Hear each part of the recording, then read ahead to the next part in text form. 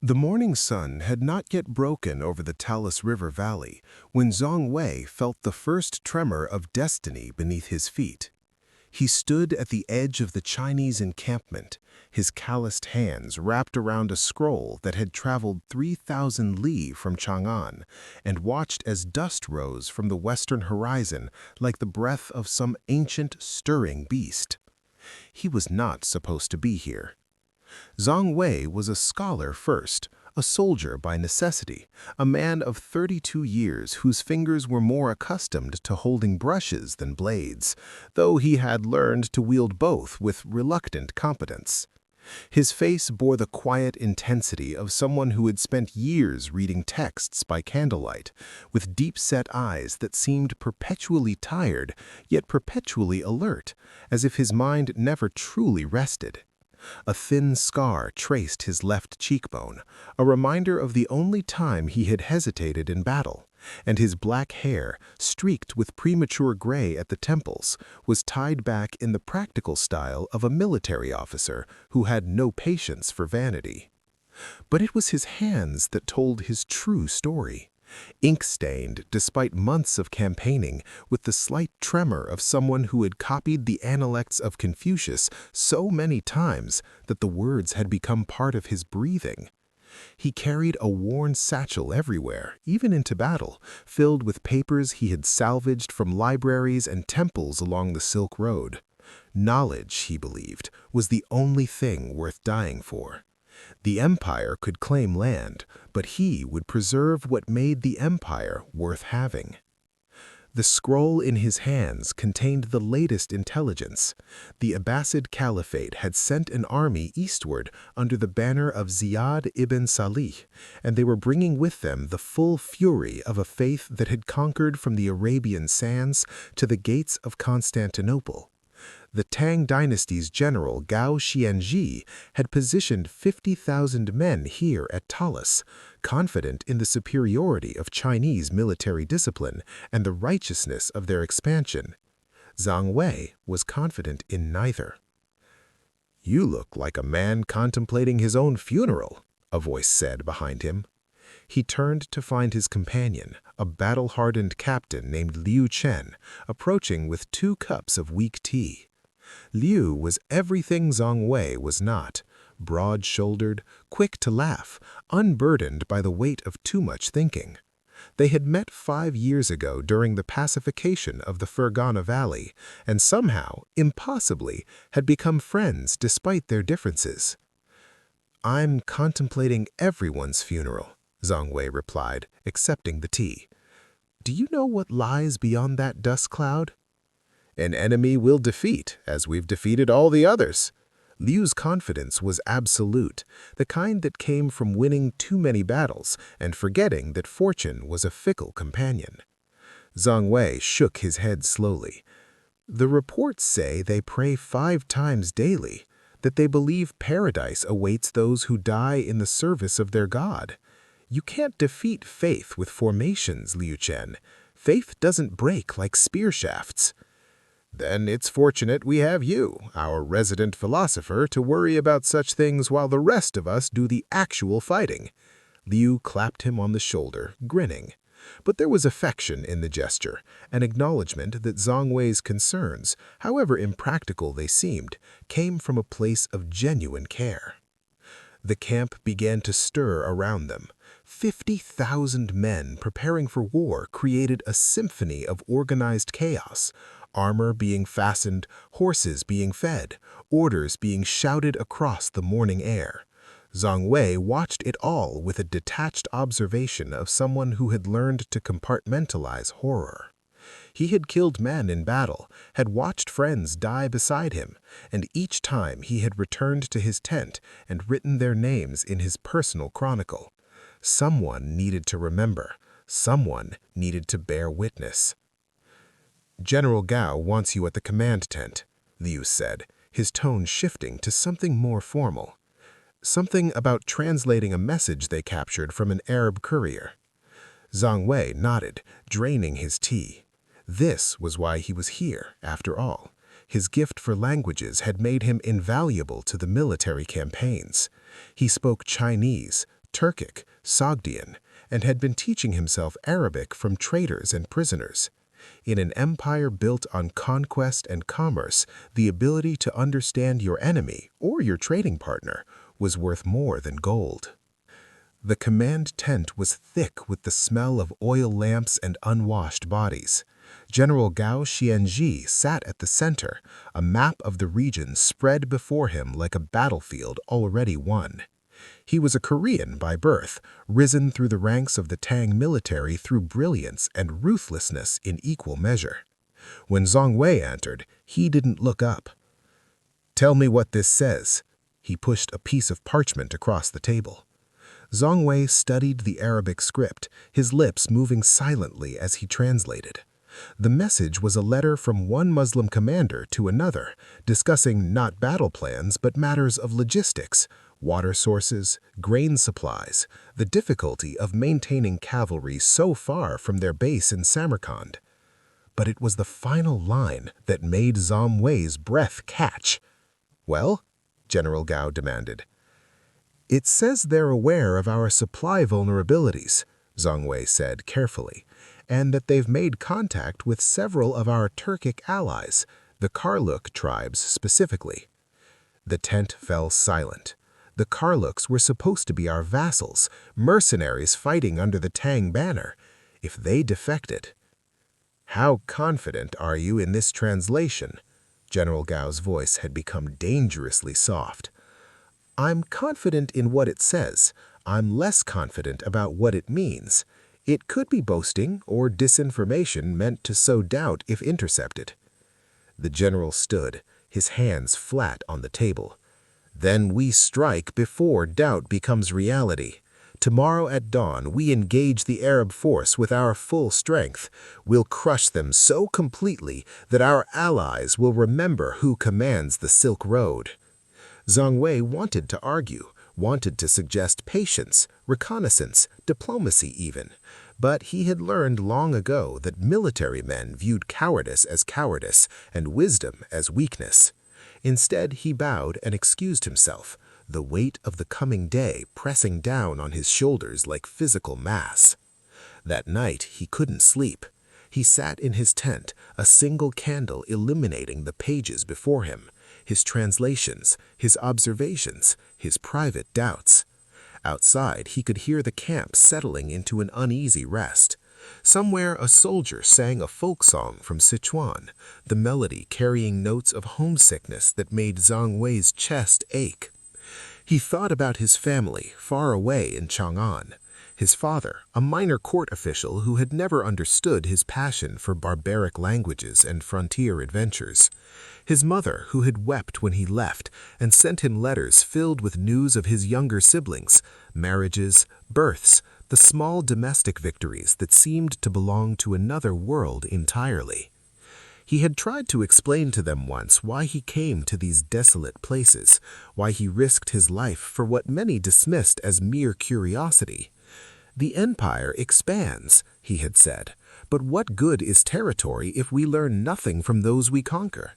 Every people we encounter has knowledge, medicine, mathematics, philosophy, arts we've never imagined.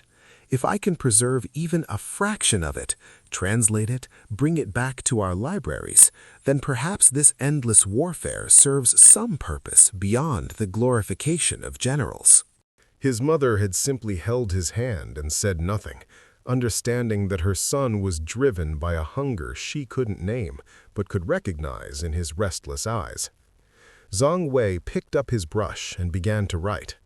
"On the eve of the Battle of Talas, I find myself thinking not of victory or defeat, but of a conversation I once had with a Sogdian merchant. He told me that the Arabs carry papermaking secrets westward from every land they conquer, and that libraries are springing up in Baghdad that rival anything in Chang'an. He said they have a word, ilm, that means both knowledge and the sacred duty to seek it. What strange circumstance brings two empires, both devoted to learning and civilization, to meet with swords drawn in this remote valley? And what will be lost in the collision?" He had just finished the last character when he heard it, a sound that didn't belong to the night's natural rhythm, a disturbance at the edge of camp, urgent voices, the distinctive whistle that signaled alarm.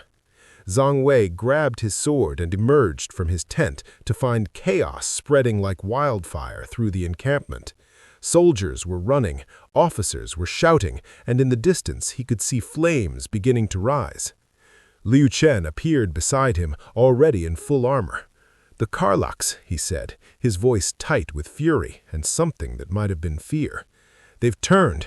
They're attacking our supply lines." And just like that, before the battle had even begun, Zhang Wei understood that everything had changed. The dust on the western horizon wasn't just bringing an enemy army, it was bringing the end of an era, the collision of empires, and something else, something he couldn't quite name but could feel in the air like the electric charge before a storm. He tightened his grip on his sword and ran toward the flames, a scholar playing at being a soldier, carrying his faith in knowledge into the grinding machinery of war. Part 2. The Breaking Dawn. The night attack by the Karlaks had been surgical in its brutality, not a full assault, but a series of sharp strikes designed to cripple rather than conquer. By the time Zhang Wei reached the supply depot, half their grain reserves were burning, and the bodies of Chinese soldiers lay scattered like broken pottery among the trampled earth. He had killed 2 men before dawn.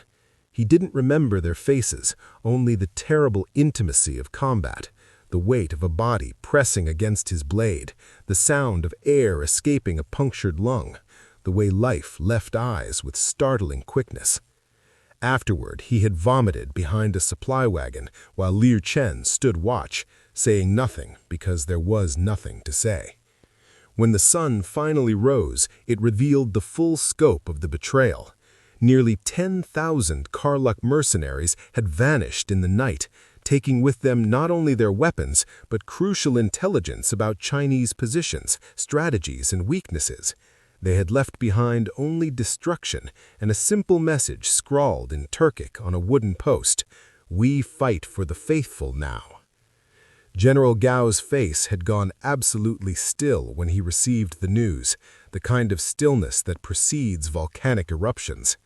He ordered an immediate general assembly, and when 50,000 men had gathered in the gray morning light, he stood before them and spoke with a voice that carried the weight of imperial authority. "The Karlaks have shown their true nature, cowards and oath-breakers who flee before the might of Tang. Let them run to their new masters. We will crush both traitor and invader together, and the Silk Road will run red with the blood of those who dare challenge the Celestial Empire." The army roared its approval, but Zhang Wei heard the hollowness beneath the bravado. They had lost critical supplies and a significant portion of their cavalry. Worse, they had lost the psychological advantage. The Muslim army now knew they were coming, knew their numbers, and would be prepared. "We should withdraw," Zhang Wei said quietly to Liu Chen as they returned to their positions. "Regroup, resupply, reassess." "You think the general doesn't know that? But we can't. If we retreat now, every 2-bit warlord from here to Kashgar will see it as weakness. The entire frontier will erupt. Sometimes you fight not because you can win, but because the alternative is collapse." It was the most philosophical thing Zhang Wei had ever heard his friend say, and it filled him with a deep, cold dread. The Chinese army began its march westward at midday, following the Talas River toward the reported position of the Muslim force. Zhang Wei rode with the central column, surrounded by infantry that moved with the practiced discipline of professional soldiers. They sang marching songs to keep rhythm, joked to keep fear bay, and maintained the formations that had conquered half of Asia. But Zhang Wei couldn't shake the feeling that they were marching into history's maw, that something larger than a mere battle was unfolding. He had read enough chronicles to know that civilizations rose and fell on the edges of swords, that the course of human knowledge could be diverted by a single day's violence. He tightened his grip on his sword and ran toward the flames, a scholar playing at being a soldier, carrying his faith and knowledge into the grinding machinery of war. Midday, the two armies faced each other across the valley. The Chinese formed a shield wall, a glittering wall of steel and bronze, their crossbows loaded and aimed and phalanxes of long spears ready to receive any charge. The Muslim army was more a fluid mass of light cavalry, infantry with curved swords and arrows on the string. Their banners fluttered in the field of standards, and detailed officials kept the men in line. Zhang Wei felt the tension, a taut finger across the throat of history, a weight in the wind, as if the entire land held its breath, waiting for the first drop of blood. The Muslim emissary appeared at the edge of the valley, unarmed, just his life in the balance, raised for a possibility of peace. Abu Mansur stood before them, his robes blowing in the wind, his eyes fixed on Gao's center line. "He's shaken," Liu muttered, "but hiding it. You would be too if you were on one man against 50,000. You know none of them are going to listen," Zhang Wei replied. "It's just a posturing. He's making his case for history." The armies waited. Two worlds, two civilizations, two visions of the future frozen in a moment of tension, before the inevitable crashing down. Zhang Wei. General Gao's voice cut through the moment like a blade. "Translate, don't philosophize." Abu Mansur waited patiently while Zhang Wei conveyed his words to the general, then continued. "I come with a message from Commander Ziyad ibn Saleh. He proposes that this conflict need not proceed. The Caliphate has no quarrel with Tang. We seek only to protect the trade routes and the faithful who travel them. If the general will agree to withdraw eastward and acknowledge our sphere of influence west of Talas, we can avoid unnecessary bloodshed." The translation took longer than the original statement, as Zhang Wei tried to soften the implied challenge to Chinese authority. But there was no softening possible. General Gao heard the ultimatum beneath the diplomatic language. "Tell him," the general said, his voice cold as winter stone, "that the Tang Dynasty does not acknowledge any authority higher than the Son of Heaven. Tell him that we have pacified barbarians from Korea to Persia, and that his desert raiders do not impress us.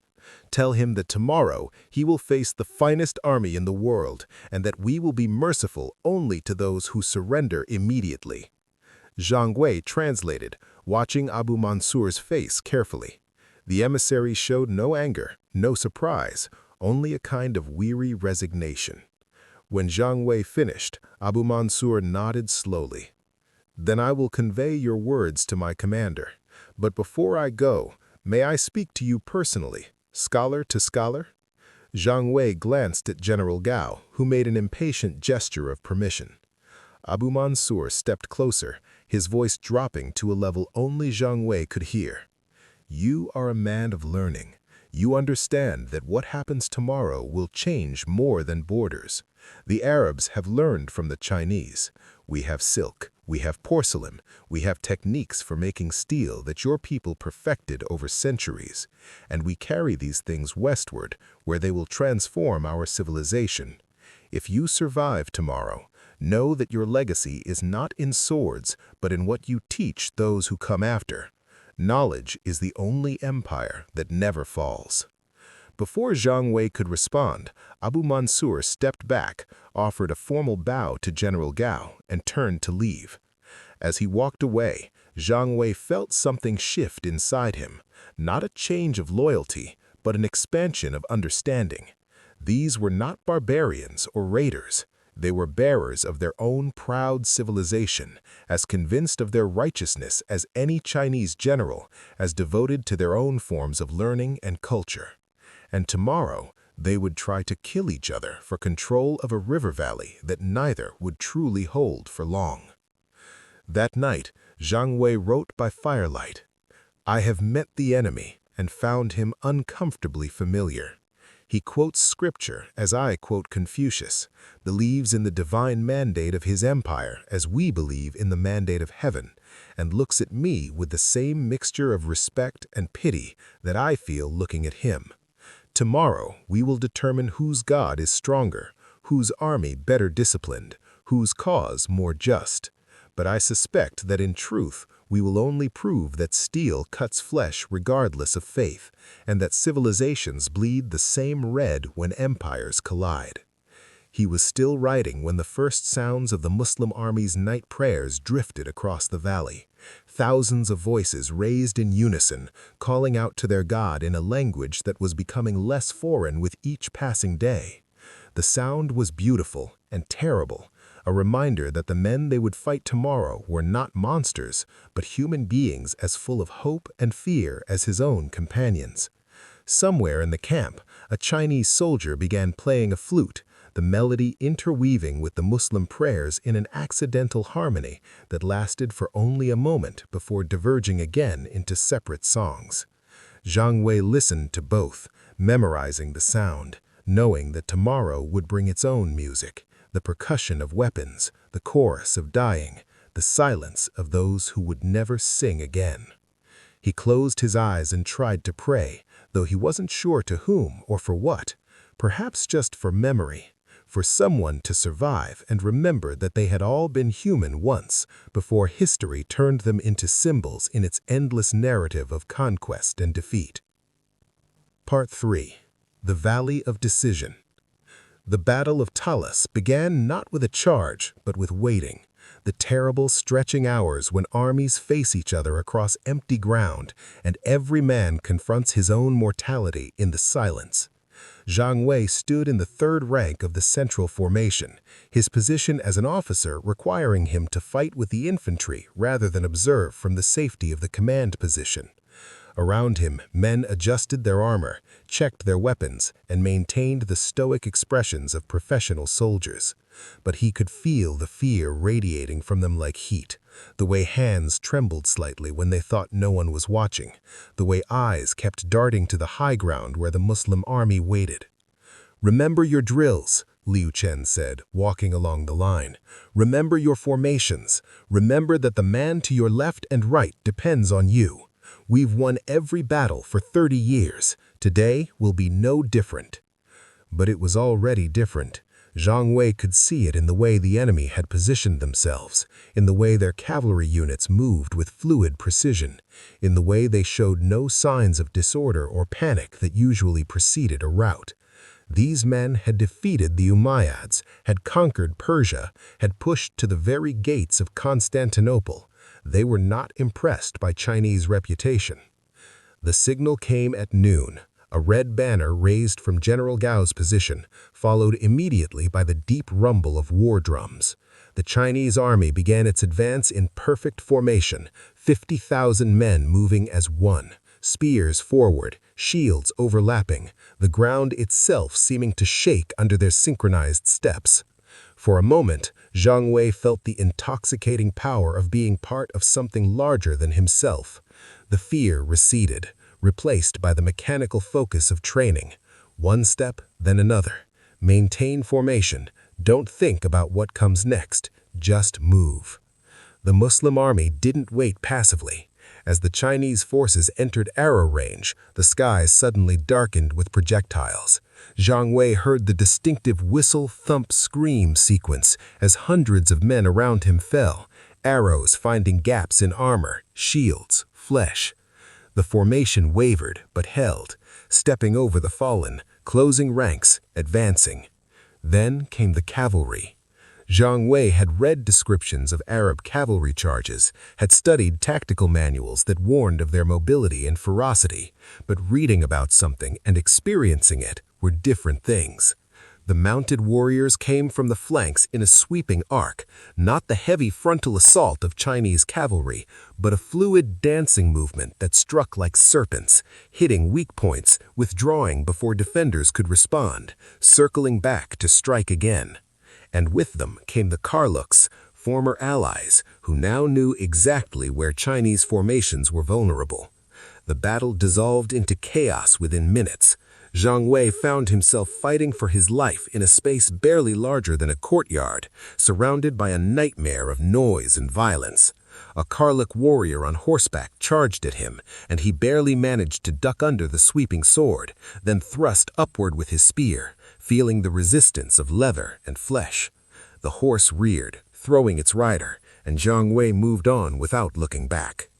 Time became meaningless. He fought, he survived, he moved deeper into the churning mass of combat. He saw Liu Chen at one point, blood streaming from a cut on his forehead, still shouting orders, still trying to maintain some semblance of organization. He saw the banner of General Gao moving, retreating, being pressed back by a focused Muslim assault. He saw men he'd eaten breakfast with that morning dying in the mud. The sun climbed to its apex and began its descent, and slowly, horribly, Zhang Wei realized they were losing. Not quickly, not catastrophically, but with the grinding inevitability of a millstone crushing grain. The Muslim forces, reinforced by their Turkic allies, had superior numbers now.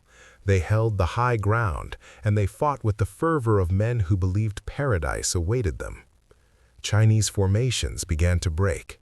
First one unit, then another, then whole sections of the army. What had been an organized advance became a fighting retreat, then a rout. Men threw down their weapons and ran, pursued by cavalry that cut them down without mercy. Zhang Wei found himself swept up in the collapse, pushed backward by the tide of fleeing soldiers. He stumbled over a body and went down hard, his sword flying from his grip. Above him, a Muslim warrior on horseback raised a curved blade, preparing to strike. And then Liu Chen was there, stepping between them, his own sword catching the descending blade with a shower of sparks. For a moment, the two men locked eyes, the Chinese captain and the Arab warrior, and some understanding passed between them that Zhang Wei, sprawled in the mud, couldn't quite grasp. Then Liu Chen pushed forward, driving his opponent back long enough for Zhang Wei to scramble to his feet and retrieve his weapon. They ran together, fighting when they had to, fleeing when they could, part of the disintegrating Chinese army that had marched so confidently that morning. By sunset, it was over. The Tang army had been shattered, scattered across the valley like autumn leaves after a storm. Zhang Wei found himself at a river crossing, surrounded by perhaps 300 survivors, all that remained of his unit. They had lost everything: the supply train, the command structure, the formations that had made them invincible. General Gao appeared among them, his armor dented, his face streaked with blood and dust. He looked at the pitiful remnant of his 50,000-man army and seemed to age a decade in a single moment. "We regroup," he said, his voice hoarse. "We march east. We survive." But Zhang Wei knew what had really happened. They had lost more than a battle. They had lost the western frontier. They had lost the Tang Dynasty's claim to Central Asia. They had lost the illusion of invincibility. They had lost the world they knew. As they began the long retreat eastward, Zhang Wei looked back at the battlefield, at the carpet of bodies that covered the valley floor, at the Muslim banners now flying over what had been Chinese positions that morning. Somewhere in that chaos lay thousands of his countrymen, and with them, perhaps, the dreams of empire that had driven them across half the world. He thought of Abu Mansur, the emissary he'd spoken with the night before. Had he survived? Was he even now walking among the dead, offering prayers for fallen enemies as well as allies? Zhang Wei would never know. The retreat was worse than the battle. At least in combat there was the fierce clarity of survival, the body's simple imperative to move or die. But in retreat there was only shame, exhaustion, and the grinding awareness that every step eastward was an admission of defeat. The remnants of General Gao's army stumbled through mountain passes and across arid plains, harried constantly by pursuing cavalry. They abandoned everything that slowed them down: armor, supplies, wounded who couldn't keep pace. Each abandoned comrade was a small death, a piece of humanity sacrificed to the greater imperative of escape. Zhang Wei carried his satchel of papers through it all, clutching it even when delirium from hunger made his legs weak and his vision blur. Liu Chen mocked him for it. "Your books can't feed us, scholar," but never ordered him to abandon it. Perhaps even the practical captain understood that some things were worth saving, even when survival itself was uncertain. They were 3 days into the retreat when they encountered the prisoners. A scouting party had captured 20 Chinese soldiers who had become separated from the main force during the battle. They had been found by a Muslim patrol and taken prisoner, then somehow managed to escape during the chaos of organizing the spoils. Now they appeared out of the darkness at the edge of camp, starved and terrified, begging for water and protection. General Gao ordered them beaten. "Cowards who let themselves be captured are worse than men who die fighting. They shame the empire and betray their brothers by giving the enemy intelligence." Zhang Wei watched as the prisoners were systematically brutalized, saw men who had already endured capture and escape broken again by their own commanders. He wanted to intervene, to argue that they had suffered enough, that survival was not cowardice, but he was exhausted and afraid, and the words died in his throat. Only later, when the prisoners had been incorporated into the march, beaten but alive, did Liu Chen come to him. "You wanted to say something back there," Liu said. "It wasn't a question." "They survived," Zhang Wei said quietly. "That should be honored, not punished. The general needs the army to believe that death is preferable to surrender. Otherwise, they'll all surrender at the first opportunity, and we lose what little cohesion we have left. So we brutalize our own men to maintain an illusion of strength?" Liu Chen looked at him with something like pity. "Yes, because illusions are sometimes all that stand between an army and complete dissolution. You think too much, my friend. That's why you'll never be a successful military commander." "Good," Zhang Wei said. They continued eastward, a shrinking column of survivors making for the fortress city of Suyab, where they hoped to find reinforcements and supplies. But news of the defeat traveled faster than the defeated, and the cities they passed viewed them not as liberators or defenders, but as harbingers of chaos. Gates closed as they approached. Merchants hid their goods. Local officials suddenly discovered urgent business elsewhere. The empire was already adjusting to the new reality, a reality in which Tang authority ended at the Talas River and everything beyond belonged to the Muslims and their Turkic allies. It was during this retreat, in a miserable camp beside a half-dry stream, that Zhang Wei met the papermaker. The man was among the prisoners they'd recovered, a craftsman who'd been attached to the supply corps, responsible for maintaining records and producing the paper needed for military administration. His name was Dong Feng, and he was thin as a reed, with the careful hands of someone accustomed to delicate work. Zhang Wei found him sitting alone, trying to repair a torn piece of paper with strips of mulberry bark and water. "You're wasting your time," he said, not unkindly. "We have no supplies, no workshops. Your craft is useless out here." Dong Feng looked up, his eyes sharp despite the exhaustion in his face. "My craft is never useless. Paper is how we remember, how we preserve, how we speak to people we'll never meet across distances we'll never travel." He paused, then added, "The Muslims knew this." Telling and preparing this story took us a lot of time. So if you're enjoying it, subscribe to our channel. It means a lot to us. Now back to the story.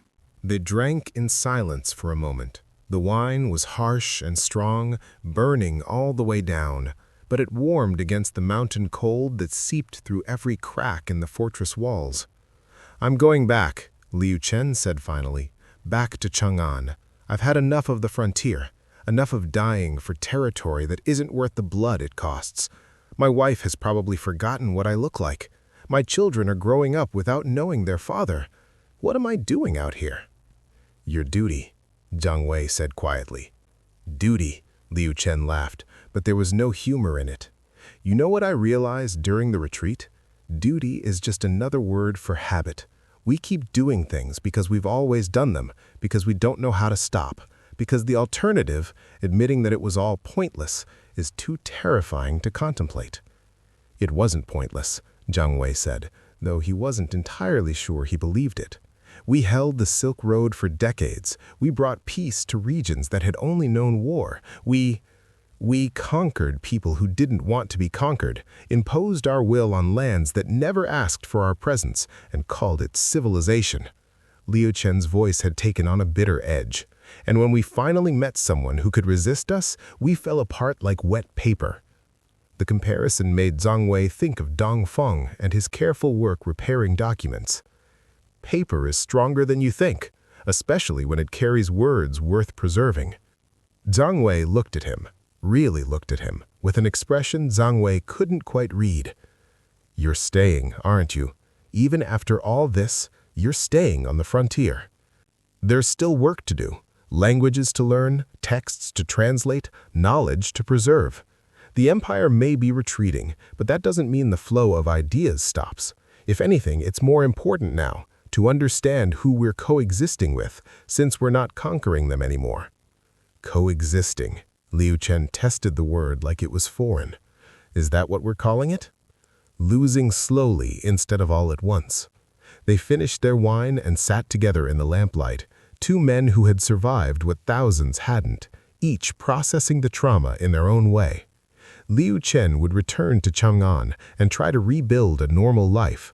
Zhang Wei would stay in these borderlands, collecting stories and languages, trying to make sense of the collision he had witnessed.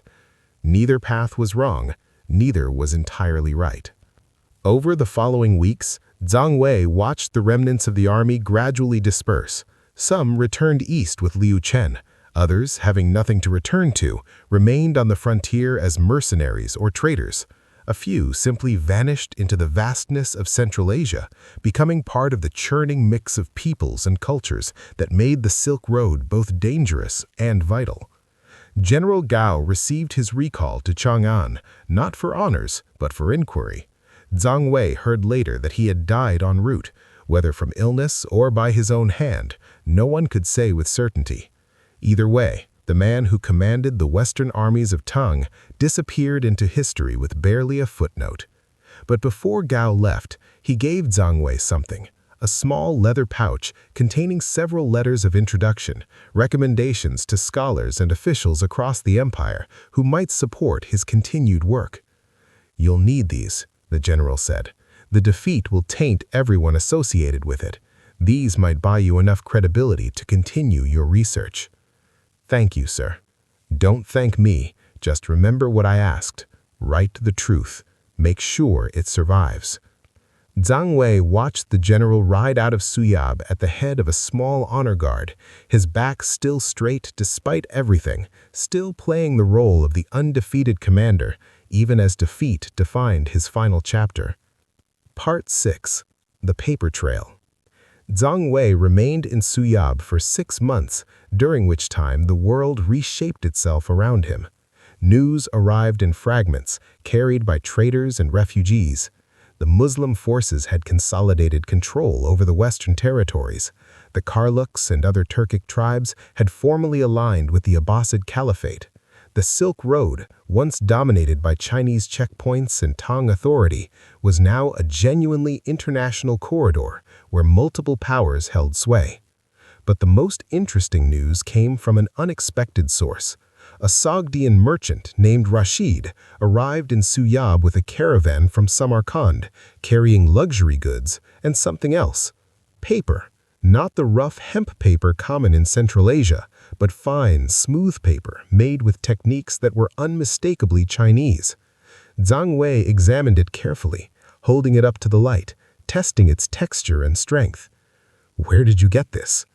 "From a new workshop in Samarkand," Rashid said, his eyes gleaming with commercial satisfaction. "The Muslims have established a paper mill there, using craftsmen they captured at Talas. They're producing paper like I've never seen, combining Chinese methods with their own innovations. The scholars in Baghdad are desperate for it. They're copying Greek texts, Persian poetry, Indian mathematics, all on this paper. It's creating a revolution in knowledge." Zhang Wei felt something twist in his chest. Pride and loss mingled. The papermakers he'd met during the retreat, men like Dong Feng, were now teaching their craft to former enemies. Chinese innovation was spreading westward not through conquest, but through capture, not by force, but by recognition of its value. "Do you know any of these craftsmen?" Zhang Wei asked carefully.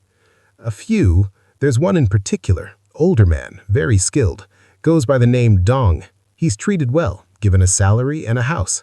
The Muslims honor him as a master of his craft." Dong Feng, alive, working, teaching. Zhang Wei felt relief wash over him, followed immediately by curiosity. What would it be like for a Chinese craftsman in Samarkand, working for the civilization that had defeated his empire? Was it betrayal or simply survival? Pragmatism or collaboration? "Could you deliver a letter?" Zhang Wei asked suddenly. Rashid's expression became cautious. "That would depend on the letter's contents. Nothing political, just a scholar's inquiry to a craftsman. Questions about technique, about the integration of methods, about the exchange of knowledge across boundaries." The merchant studied him for a long moment, then nodded slowly. "I can do this, for the right price." Zhang Wei paid more than he could afford and spent 2 days crafting the letter. He wrote to Dongfeng not as a former comrade, but as one scholar to another scholar, asking about paper-making process, about what innovations the Muslims had introduced, about how Chinese and Arab techniques were being merged. But beneath the technical questions, he asked something else. "Are you content? Have you found purpose in this strange exile? And does knowledge truly transcend the boundaries of empire? Or are we fooling ourselves?" The reply came 4 months later, carried back by Rashid on his return journey. Dong Feng had written in careful characters on a piece of the Samarkand paper. Smooth, strong, beautiful. "Scholar Zhang," it began, "I received your letter with surprise and gratitude. I thought all my former comrades were dead or had forgotten me. To hear from someone who remembers is a gift I did not expect. You ask if I am content. This is a complex question. I am a prisoner who is not a prisoner, an exile who has found a home. The Muslims treat me with respect, not as a servant, but as a master whose knowledge they genuinely value. They call papermaking a sacred craft because it preserves the word of God and the wisdom of scholars. Can you imagine Chinese generals speaking of craftsmanship in such terms? I work with Arab and Persian craftsmen here, and together we have created something new. We use Chinese techniques for processing mulberry bark, but we've adopted their methods for using cotton rags. We've discovered that mixing the pulps creates paper that is both strong and absorbent, perfect for the ink they use in their calligraphy. It is not Chinese paper, and it is not Arab paper. It is something else, something that could only exist because 2 civilizations collided. You ask if knowledge transcends empire. I think perhaps empire is the thing that tries to contain knowledge, and knowledge is the water that seeps through every crack until it flows where it will. We cannot control it. We can only try to be worthy vessels for it. I am content, Scholar Zhang, not because I have forgotten my homeland. I dream of Henan every night, but because I have found that my purpose is larger than any empire. I make paper so that words can be preserved, so that ideas can travel, so that someone I will never meet can read thoughts written by someone I will never know. What else is worth doing? If you ever find yourself in Samarkand, you will be welcome at my workshop. We will drink tea and argue about techniques, and for a moment the borders between Tang and Caliphate will dissolve like paper pulp in water. Be well, scholar. Remember accurately. Write truthfully. That is all any of us can do. Zhang Wei read the letter 3 times, feeling something fundamental shift in his understanding. The Battle of Talas seemed like a catastrophic defeat, an end of an era, the collapse of Chinese ambitions in Central Asia. And it was all of those things. But it was also something else, a transmission point, a moment when knowledge crossed boundaries that armies could not. The papermakers captured at Talas would become the seeds of a papermaking revolution that would spread from Samarkand to Baghdad, from Baghdad to Cairo and Cordoba, eventually reaching Europe and transforming medieval scholarship. Chinese innovation, carried westward not by conquest but by defeat, would help preserve Greek philosophy, Islamic theology, Persian poetry, and Indian mathematics. It would enable the translation movements that would later fuel the European Renaissance. The Battle of Talas, in losing an empire, had helped build something larger, a network of knowledge exchange that transcended any single civilization.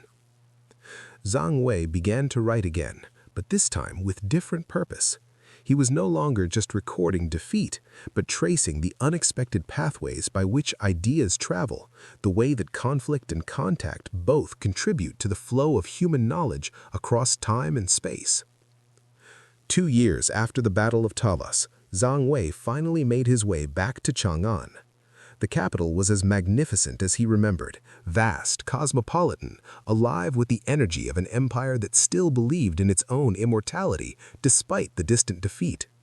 The markets overflowed with goods from across Asia, Persian carpets, Indian spices, Central Asian horses, and yes, even some of that new paper from Samarkand, already finding its way eastward through trade routes that cared nothing for military victories or defeats. Zhang Wei's family greeted him with tears and relief. His mother had aged, her hair now fully gray, but her eyes still held the same gentle understanding that had sent him off years before. His father, the minor court official, was more reserved but clearly grateful to have his eldest son returned alive. "You look different," his mother said, holding his face in her hands and studying him. "Older, sadder, but also more certain somehow." Zhang smiled. "I learned what I went to learn, Mother. I learned that the world is larger and stranger than the empire teaches, and that wisdom exists beyond our borders." His father frowned at this, but said nothing. In the political climate following the defeat of Talas, such sentiments could be dangerous. Zhang Wei used General Gao's letters of introduction to secure a modest position in the imperial archives, not a prestigious post, but one that gave him access to the vast collections of texts and documents that represented the intellectual wealth of the Tang Dynasty. He spent his days cataloging, translating, and occasionally adding his own observations to the official records. But at night, in his small room in a quiet quarter of the city, he worked on his true project, a comprehensive account of the Battle of Talas and its aftermath, combined with his observations on the transmission of knowledge across civilizations. He wrote about the battle itself with unflinching honesty, describing the Karluk betrayal, the tactical errors, the chaos of defeat. He wrote about the retreat and the cost of survival. He wrote about General Gao's final request and his own attempts to understand what the defeat meant. And he wrote about the papermakers, about Dongfeng in Samarkand, and how Chinese techniques are spreading westward and transforming Islamic scholarship. He included excerpts from Dongfeng's litter, translated sections of Arabic texts he'd studied, and his own theory that civilizations advance not in isolation, but through constant, often violent contact with each other. It was dangerous work. The official narrative of Talas downplayed the defeat and blamed it on treason and bad luck rather than any fundamental weakness in Chinese strategy. To suggest that the defeat might actually be beneficial in some ways, that Chinese knowledge spreading to the Muslims might serve humanity, even if it didn't serve the empire, such ideas could be construed as unpatriotic or even treasonous. But Zhang Wei wrote anyway, compelled by the promise he'd made to General Gao and by his own need to make sense of what he'd witnessed. He was 6 months into this project when he received an unexpected visitor. The man who appeared at his door one evening was elderly, with the refined bearing of a senior scholar and elaborate robes of high court rank. Zhang Wei recognized him immediately. Minister Pei Di, one of the most influential officials in the imperial government and a noted patron of learning. "Scholar Zhang Wei," the minister said, his tone cordial but carrying an undertone of authority. "I've heard interesting things about your work. May I come in?" Zhang Wei's heart began to race, but he maintained his composure and invited the minister inside. His room was sparse, dominated by the desk covered with papers and the shelves lined with scrolls and bound volumes. Minister Pei examined the space with the careful attention of someone accustomed to assessing people through their surroundings. His eyes lingered on the Arabic texts, the maps of Central Asia, the pages of Zhang Wei's manuscript left carelessly visible. "You've been writing about Talas," the minister said, not a question. "I have, Your Excellency." "An unfortunate episode, best forgotten, many would say." Zhang Wei chose his words carefully. "Forgotten defeats teach nothing, Your Excellency. Remembered defeats teach future generations." Minister Pei smiled slightly. "A diplomatic answer, but I didn't come here for diplomacy, Scholar Zhang. I came because I've heard that your account is unconventional, that you've been corresponding with Chinese craftsmen now working for the Caliphate, that you've been studying Arabic texts and suggesting that our defeat might have beneficial outcomes." The implicit threat hung in the air between them. Zhang Wei could be arrested, his work confiscated and destroyed, his family tainted by association. It had happened to other scholars who'd written uncomfortable truths. But instead of fear, Zhang Wei felt a strange calm settle over him. He had survived Talas, he had survived the retreat. He had watched men die for honor, for empire, for causes they barely understood. If his own work, his attempt to preserve truth, led to his downfall, at least it would be for something that mattered.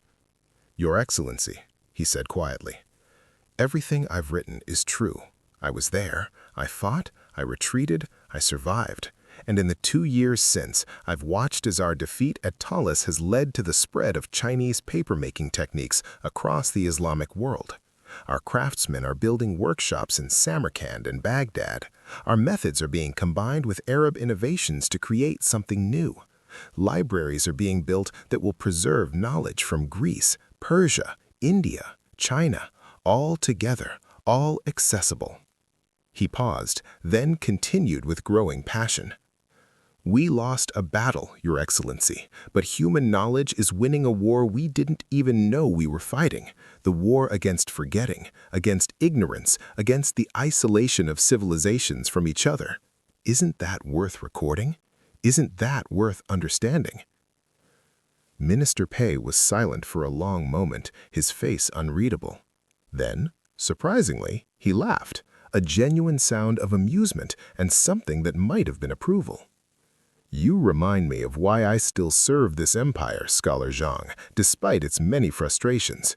Because occasionally it produces men like you, idealists who believe that truth matters more than convenience." He moved to the desk and carefully examined Zhang Wei's manuscript, reading several pages with evident interest. "This is dangerous," he said finally.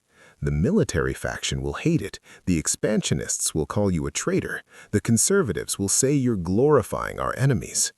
"I know, Your Excellency." "But it's also brilliant." Minister Pei looked up, his eyes sharp. "It's the first honest account I've read of what happened at Talas and why. More than that, it's a theory of how civilizations actually interact, not through the grand narratives of conquest and submission that we prefer, but through the messy, complicated exchange of ideas, technologies, and people." He carefully rolled up the manuscript pages he'd been reading and tucked them into his robes. "I'm confiscating this," he said, and Zhang Wei's heart sank. But then the minister continued.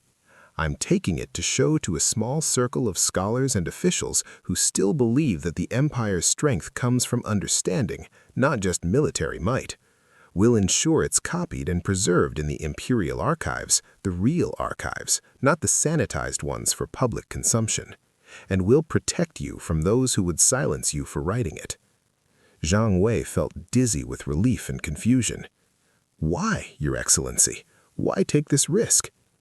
"Because empires rise and fall, Scholar Zhang, but knowledge, true knowledge, honestly pursued, outlasts them all. The Tang Dynasty may one day collapse, as all dynasties do. But if we've preserved accurate accounts of our achievements and our failures, if we've documented how we interacted with other civilizations, if we've contributed to the great human project of understanding, then we'll have accomplished something more lasting than any military conquest." Minister Pei moved toward the door, then paused. Continue your work, Scholar Zhang. Study the Arabic texts, correspond with your craftsmen in Samarkand, write about the transmission of knowledge across borders. The empire needs more scholars like you, even if it doesn't always know it. After the minister left, Zhang Wei sat in stunned silence, then slowly smiled. He pulled out fresh paper, good paper, made with techniques his own civilization had perfected, and began to write again.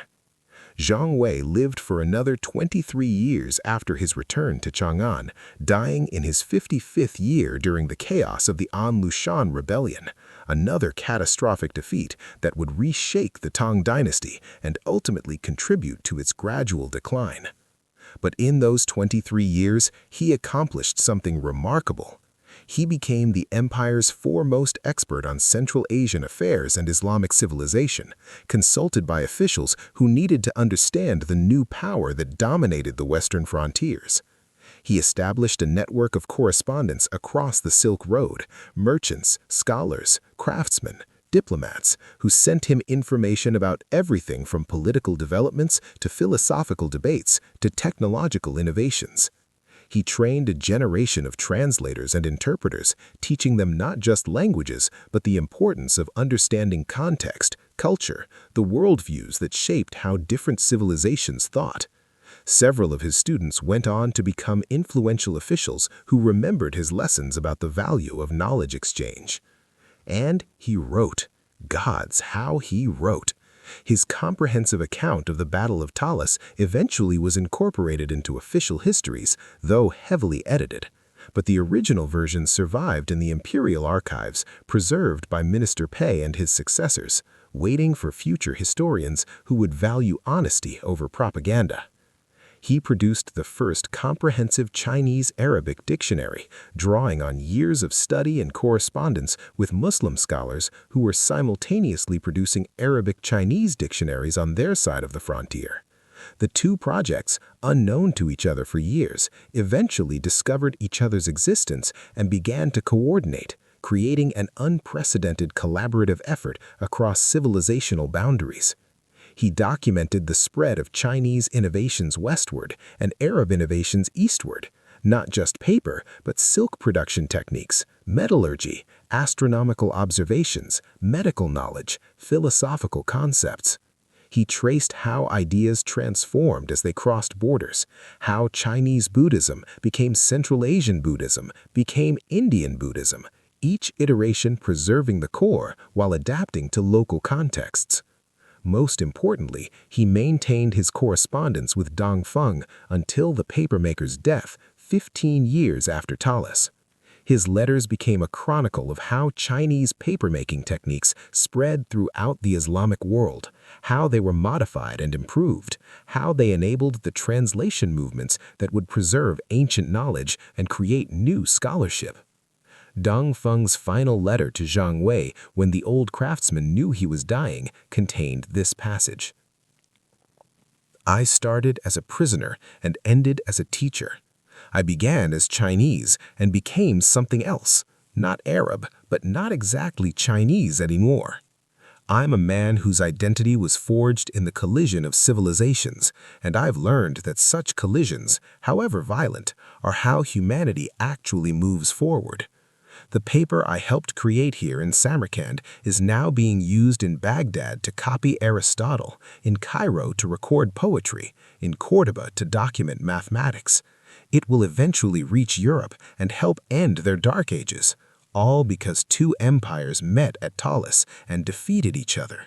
Because neither of us won completely, we were both forced to engage with each other as equals. Tell future generations this, Zhang Wei.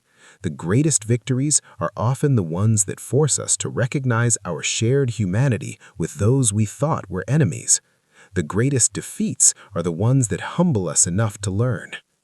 I die content, knowing that my craft serves all humanity, not just one empire.